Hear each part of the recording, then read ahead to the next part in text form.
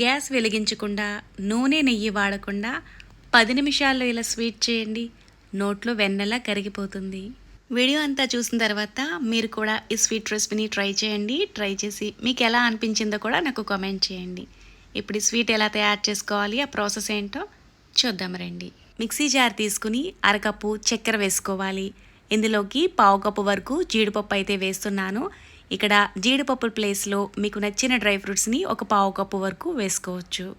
అరకప్పు ఎండు కొబ్బరి వేసుకుని 2 నుంచి 3 వరకు యాలకులను తీసుకుని యాలకుల గింజల్ని మాత్రమే ఇందులోకి వేసుకుని మెత్తగా మిక్సీ పట్టుకుని బౌల్లోకి తీసుకోవాలి.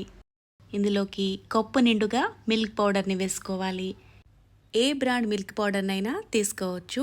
ఇలా అంతా కలిసేటట్టుగా ముందుగా వీటిని బాగా మిక్స్ చేసుకోవాలి. ఇందులో కొబ్బరి వేసాం కాబట్టి కొబ్బరిలో ఆయిల్ ఉంటుంది. ఇలా చేత్తో ప్రెస్ చేసుకుంటే ఇలా చిన్నగా ఉండలా కూడా అవుతుంది. ఇందులో కొద్ది కొద్దిగా పాలను వేసుకుంటూ ముద్ద అయ్యే వరకు కలుపుకోవాలి. ఇలా కలుపుకునేటప్పుడు పాలని ఒక్కసారిగా వేసుకోకుండా కొంచెం కొంచెంగా వేసుకుని కలుపుకోవాలి. మీరు ఒక్కసారిగా వేసారంటే పిండి లూజ్గా అయిపోతుంది. ఇందులో మరీ ఎక్కువగా పాలు పట్టవు. కొంచెం పాలతోనే చక్కగా ముద్ద అనేది అయిపోతుంది.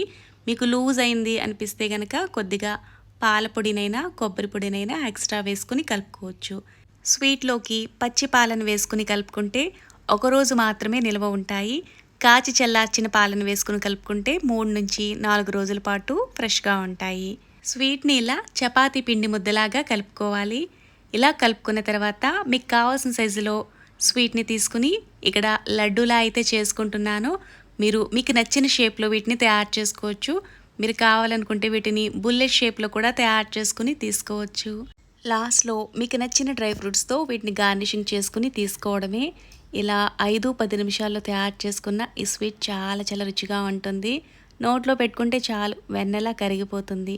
మీరు కూడా ట్రై చేసి మీకు ఎలా అనిపించిందో కామెంట్ చేయండి. Thanks for watching.